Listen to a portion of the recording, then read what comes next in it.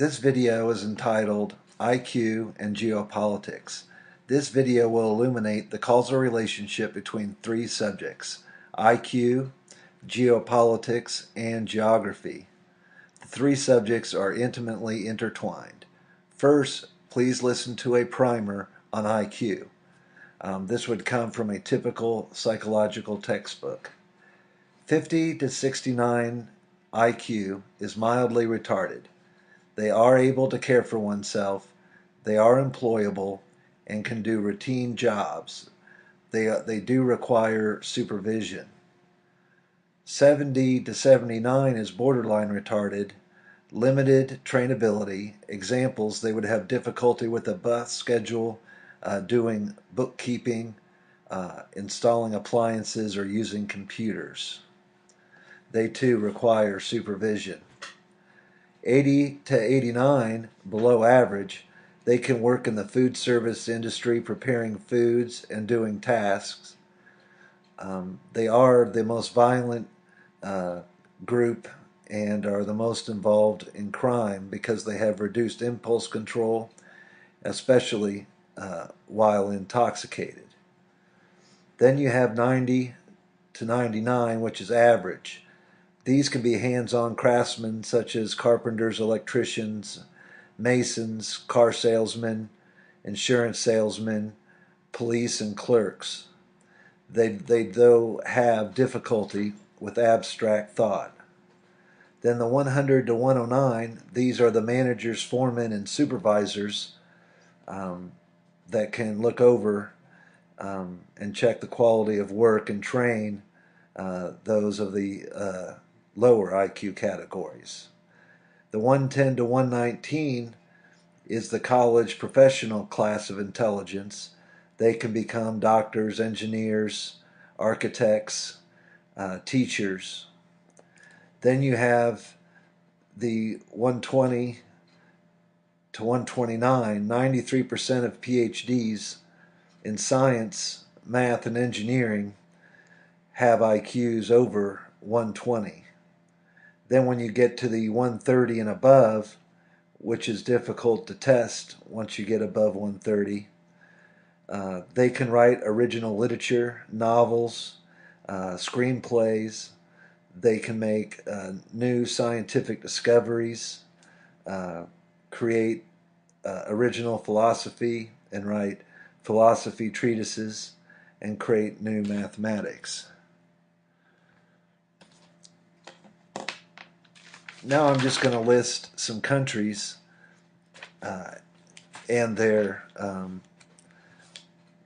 important statistics. Lithuania, with a population of 2.8 million, has already achieved a GDP of 28,000 plus per person and has an IQ of 90. Poland, with a population of 38 million, a purchasing power GDP of 26,400 and an IQ of 99. The USA, a population of 322 million, parity of $54,600 and an IQ of 98.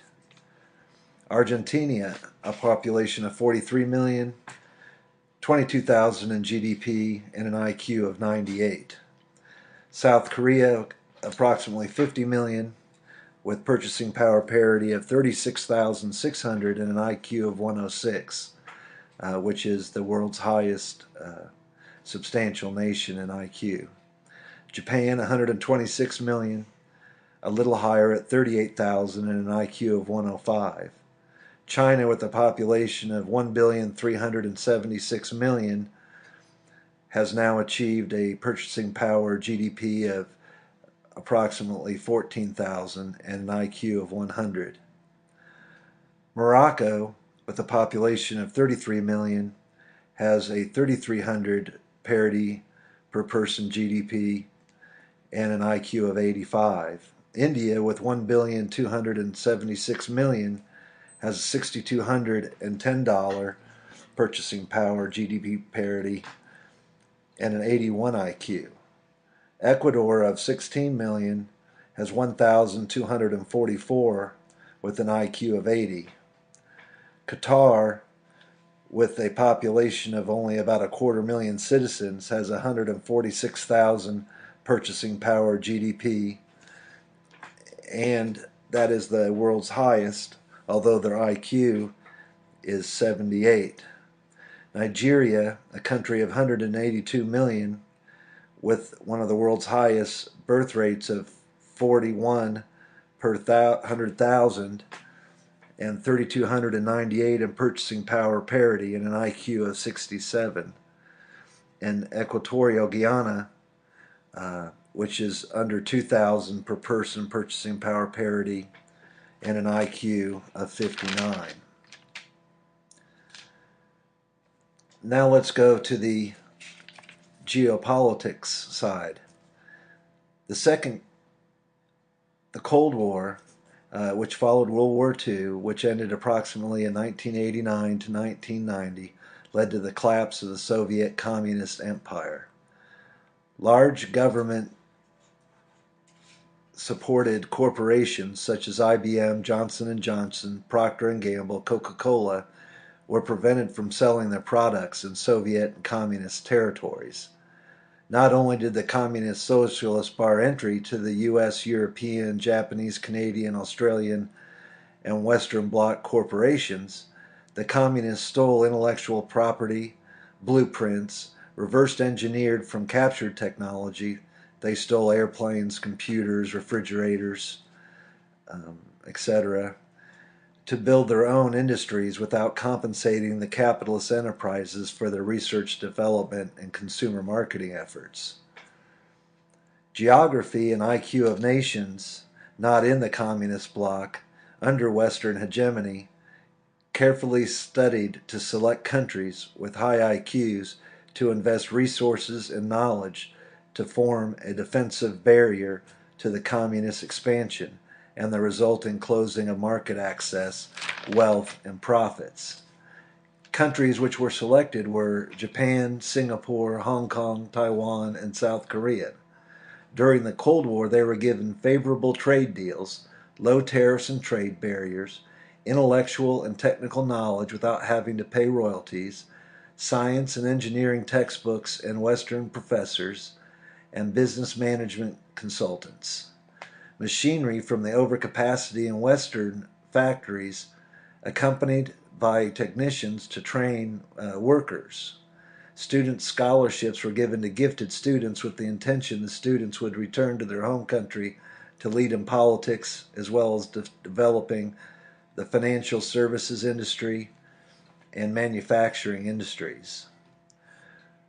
Former Soviet countries on the perimeter of the smaller Russian Republic were similarly favored with benefits such as the former East Germany, Poland, Hungary, and Baltic states, Lithuania, Estonia, and Latvia. These countries enjoyed rapid rise in their standards of living as factories received state-of-the-art machinery, computers, access to financial capital, and competitive free markets. Free markets give price signals that better allocate resources, both labor and machinery. Importantly, enterprises can fail, allowing labor and resources to migrate to productive endeavors. I have illuminated the factors behind the rapid rise of the high IQ countries of the Pacific Rim and Eastern Europe. What of Africa, the Middle East, Central Eurasia, South America, Caribbean, and Central America? The scores of countries in these regions have lagged for two factors. One, they were not strategically located as a buffer territory to communism. Argentina, Uruguay, Peru, Ecuador, Haiti, Mexico. The ruling elites of Western powers have a 90 IQ minimum median IQ requirement for preferred trade and investment. My hypothesis is that without the bipolar Soviets versus Western dichotomy, the OECD, Organization for Economic Cooperation and Development, which promotes countries into the wealthy country club, which requires both democracy and free trade. So that means no China, which is officially a communist, fascist, centralized economy still, and Saudi Arabia, which is an absolutist monarchy. The planet Earth has finite resources, arable land, fresh water, fossil fuels, iron ore, rare earth metals, and fisheries. If countries such as Nigeria were to rapidly develop, these countries would put great demand and creating forces driving up prices, ergo lowering the standard of living of the OECD rich club, plus Brazil, South Africa, Russia, and China. The countries such as Haiti, Ecuador, Vietnam, and Philippines receiving the economic helping hand in a world with only the U.S. empire having obtained global hegemony, which has no need to elevate nations economically.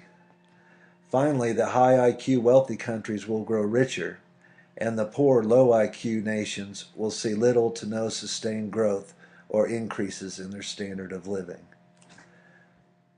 I was trying to be truthful and realistic in this presentation, and I hope it is informative. Thank you very much.